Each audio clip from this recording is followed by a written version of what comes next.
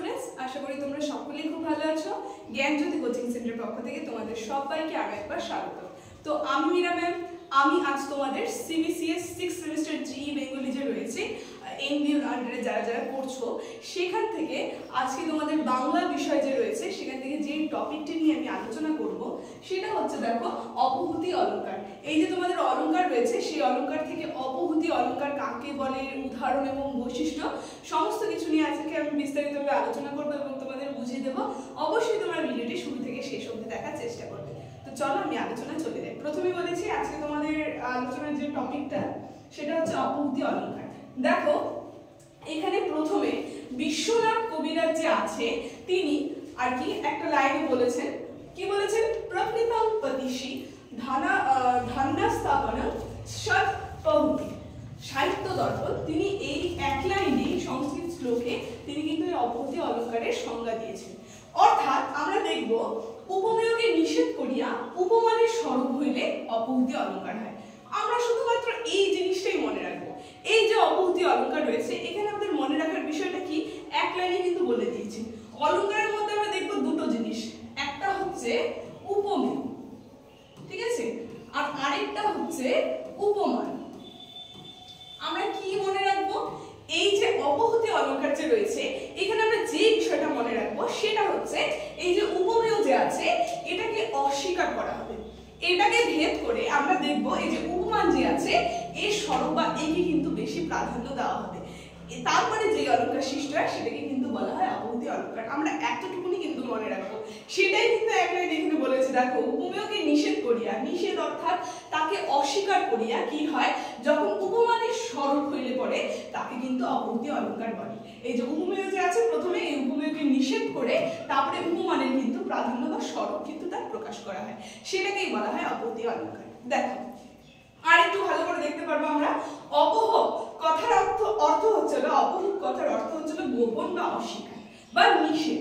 প্রথমেই বলবো এই যে অপভূতি যে রয়েছে এই শব্দটা থেকে যে আমরা পাচ্ছি অপহ, এই কথাটির অর্থ হচ্ছিল গোপন বা অস্বীকার বা নিষেধ করা। দেখো তারপরে কি বলছে, প্রকৃতিতে অর্থাৎ উপমেয়কে নিষেধ করিয়া বা অস্বীকার করে যদি অপ্রকৃতি অর্থাৎ উপমানের স্থাপন হয় তবে যে অলঙ্কার সৃজন হয় সেই অলঙ্কারের নামই হচ্ছে অপভূতি অলঙ্কার। মানে এই যে উপমেয় যে আছে এই উপমেয় যেটা প্রকৃত এটাকে কি করা হয়, নিষেধ করা হয়। তারপরে যেটা অপ্রকৃত উপমান সেটাকে কিন্তু প্রাধান্য দেওয়া হয়। তারপরে যে অলঙ্কার হয় সেটাকে কিন্তু বলা হয় অপভূতি অলঙ্কার। বারবার কিন্তু সে একই কথাই বলছে। এই অলঙ্কারে উপমেয়কে অস্বীকৃতি এবং উপমানের স্থাপন কিন্তু হয়। আমরা দেখব এই যে অলঙ্কার রয়েছে এই অলঙ্কারে কিন্তু উপমেয়কে অস্বীকৃতি করা হয় এবং উপমানের স্থানে কিন্তু প্রাধান্য পায় বা সেটা স্বরূপ কিন্তু প্রকাশ পায়। দেখো এটা কি বলেছে, আচার্য দণ্ডির মতে কিন্তু তিনি এই সংজ্ঞাটা প্রদান করেছে অপভূতি অলঙ্কার সম্পর্কে। তারপরে আমরা দেখব এই যে অপভূতি অলঙ্কার যে রয়েছে এই যে সাহিত্য দীপিকা যে আছে, দেখো সাহিত্য দীপিকা যে আছে তিনি কি সুন্দরভাবে আরেকটা হচ্ছে সংজ্ঞা প্রদান করেছে আমাদেরকে। কি বলেছে তিনি, যে যেখানে বর্ণীয় বিষয়ের গুণ ক্রিয়াদি রূপে ধর্মের অসত্য প্রতিপাদন পূর্বক অপ্রস্তুত বিষয়ের সত্যতা বা প্রতিপাদিত হয় সেটাকে বলা হয়, সেখানে হয় অপভূতি অলঙ্কার। তিনি কিন্তু এই অপভূতি অলঙ্কারে আরেকটা সংজ্ঞা সুন্দরভাবে প্রদান করেছে। তারপরে আমরা দেখবো, দেখো এখানে বলছে অপভূতি অলঙ্কারে অস্বীকার ভাবটি কিন্তু প্রকাশ হয় না। আমরা এই জিনিসটা মনে রাখবো, এই যে অপভূতি অলঙ্কার আমরা কি করে চিনবো, মানে আমরা দেখবো এই অপভূতি অলঙ্কার যে রয়েছে এখানে কিন্তু অস্বীকার যে করছে এটা কিন্তু হুট করে মানে ডাইরেক্ট কিন্তু প্রকাশ করা হবে না। সেখানে যে শব্দগুলি ব্যবহার হবে সেগুলো আমরা দেখবো। এই দেখো বলছে না, নহে, নয়, ছলে, ব্যাচ, তারপর বলছে বুঝি প্রভৃতি শব্দের কিন্তু প্রয়োগের মাধ্যমে আর কি বুঝিয়ে দেবে উপমেয়কে কিন্তু অস্বীকার করা হবে, ডাইরেক্ট কিন্তু অস্বীকার করা হবে না। আমরা এই জিনিসটা দেখতে পারবো। দেখো তারপরে বলেছে এই যে অপভূতি অলঙ্কার যে রয়েছে অপভূতি অলঙ্কারের বৈশিষ্ট্যটা আমরা দেখবো। দেখো কি বলছে, আমরা যেইভাবে এই অপভূতি অলঙ্কারকে চিনবো সেটা হচ্ছে অপভূতি কথার অর্থ নিষেধ বা গোপন বা অস্বীকার, এটা আমরা প্রথমে দেখেছি বলা হয়েছে।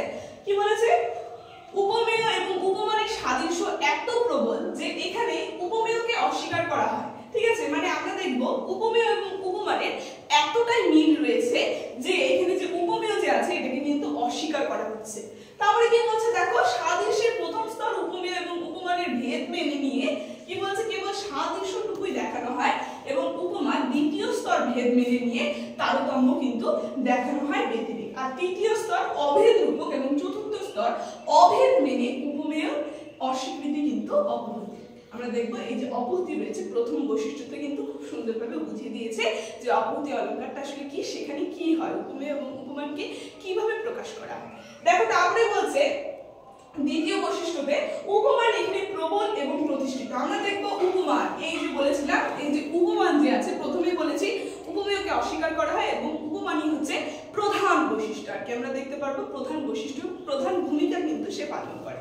তারপরে কি বলছে দেখো, এখানে উৎপ্রেক্ষা সন্দেহ, দ্বিতীয় বৈশিষ্ট্যতে বলেছে এখানে উৎপ্রেক্ষা সন্দেহ অলঙ্কারের সংশয় নেই এবং ভ্রান্তিমান অলঙ্কারেরও ভুল নেই, আছে স্পষ্ট নিষেধ বা স্পষ্ট প্রতিষ্ঠাতা। আমরা দেখবো এই যে উৎপ্রেক্ষায় এইগুলো যে অলঙ্কার রয়েছে এর মধ্যে কিন্তু একটা সংশয় থাকে বা ভ্রান্তি থাকে, কিন্তু এখানে কিন্তু ডাইরেক্ট এই অলঙ্কারের অপভূতি অলঙ্কারের মধ্যে কিন্তু ডাইরেক্ট নিষেধ বা অস্বীকার কিন্তু করে দেয়। দেখো সেটাই বলছে নিষেধ বা না নহে গোপনবাচক ছল ছলনা ছদ্ম ব্যাজ অস্বীকারকে কিন্তু মিথ্যা প্রভৃতি শব্দ প্রয়োগের দ্বারা কিন্তু উপমেয়ের অপভূতি বোঝানো হয়। আমরা দেখবো এই যে নিষেধবাচক বাক্য হচ্ছিল না নহে, তারপরে গোপনবাচক ছল ছলনা, এইগুলো শব্দের মাধ্যমে কিন্তু এই যে অপভূতি অলঙ্কার এগুলো কিন্তু ব্যবহার করা হয়, বোঝানো হয়। দেখো তারপরে আমরা উদাহরণটা দেখলে আরেকটু ভালো করে বুঝতে পারবো যে অপভূতি অলঙ্কারটা কি। এখন আমরা বৈশিষ্ট্য দেখলাম, এখন দেখো উদাহরণে কি বলছে, এ তো মালা নয় গো এই যে তোমার তরবারি। দেখো এই লাইনটা আমাদেরকে একটু ভালো করে দেখতে হবে, কি বলছে এই যে মালা নয় এ তো তোমার তরবারি। দেখো প্রথমে যে কি বলেছে উপমেয় হচ্ছে হলো, এখানে আমরা এইভাবে দেখবো উপমেয় হচ্ছে হলো মালা, ঠিক আছে, এই মালাটা হচ্ছে উপমেয় আর উপমান এখানে হচ্ছে হলো তরবারি। কি বলছে এই লাইনটার মধ্যে আমরা বুঝতে পারবো, দেখো বলছে আর অস্বীকারবাচক শব্দ হচ্ছে হলো নয়। প্রথমে বলেছিলাম তিনটা জিনিস থাকবে, ডাইরেক্ট কিন্তু বলবে না, ডাইরেক্ট অস্বীকার করবে না, শব্দ প্রয়োগের মাধ্যমে কিন্তু উপমেয়কে অস্বীকার করা হয়। দেখো এই যে নয় কি বলেছে, উপমেয় হচ্ছে হলো মালা আর উপমান হচ্ছে হলো তরবারি, আর এই যে এই শব্দের মাধ্যমে কিন্তু এই উপমেয়কে কিন্তু অস্বীকার করা হচ্ছে। এই যে অস্বীকারবাচক শব্দ কিন্তু এখানে নয় হয়ে যাচ্ছে, এই শব্দগুলি কিন্তু প্রয়োগ করা হয়। তারপর দেখো বলছে এখানে উপমেয় যে মালা আছে এই মালাকে অস্বীকার করে উপমান তরবারিকে কিন্তু প্রতিষ্ঠা করা হচ্ছে। মানে কি বলছে, এই যে প্রথমে যে উপমেয় রয়েছে যে মালা, এই মালাকে কিন্তু অস্বীকার করে দিচ্ছে, বলছে এই মালা এ তো মালা নয় গো এই যে তরবারি। দেখো কি করছে, মালাকে অস্বীকার করছে, তারপরে তরবারির কিন্তু প্রাধান্য প্রতিষ্ঠা হচ্ছে এখানে। সেটা এখানে বলছে যে এই কারণেই বলা হচ্ছে এটা হচ্ছে মালা নয়, প্রশ্ন করা হলে উত্তর হবে তরবারি। মানে এই জিনিসটা যদি কেউ প্রশ্ন করে এটা হচ্ছে মালা না এটা কি তরবারি, উত্তরটা কি হবে তরবারি। তো এই যে প্রাধান্য পেল, যে উপমেয়কে ভেদ করে উপমানের প্রাধান্য কিন্তু প্রতিষ্ঠা হলো। তো উপমানের এই প্রতিষ্ঠার জন্য কিন্তু এটাকে অপভূতি অলঙ্কার বলা হয়। এই যে উপমানের প্রতিষ্ঠা হলো এই কারণে কিন্তু এটাকে অপভূতি অলঙ্কার বলা হয়, ঠিক আছে। তো আজকে এই যে অপভূতি অলঙ্কার যে রয়েছে এই অলঙ্কার নিয়ে আলোচনা আমার এতটুকুনি ছিল। আমি যতটা পেরেছি সহজভাবে তোমাদের বোঝানোর চেষ্টা করেছি। তো আলোচনাটি আমি এখানে শেষ করছি। তবে শেষ করার আগে তোমাদের সঙ্গে একটা গুরুত্বপূর্ণ ইনফরমেশন আমি জানিয়ে দিয়ে যাই। দেখো স্ক্রিনে তোমরা দুটো নাম্বার দেখতে পাচ্ছ, এই নাম্বার দুটি হচ্ছে আমাদের জ্ঞানজ্যোতি কোচিং সেন্টারের অফিসিয়াল হেল্পলাইন নাম্বার। এখানে তোমাদের সমস্ত সাবজেক্টের নোটস দেওয়া হয়, তার সঙ্গে কিন্তু প্রত্যেকটা সাবজেক্টের অনলাইনে ক্লাস করানো হয় বিভিন্ন টিচার্সদেরকে দিয়ে। তোমরা যদি আমাদের সঙ্গে যুক্ত হতে চাইছো তাহলে দেরি না করে স্ক্রিনে দেওয়া নাম্বার দুটির মধ্যে যে কোনো একটি নাম্বারের সঙ্গে যোগাযোগ করে কিন্তু আমাদের সঙ্গে যুক্ত হয়ে যেতে পারবে। ভিডিওটি শুরু থেকে শেষ হতে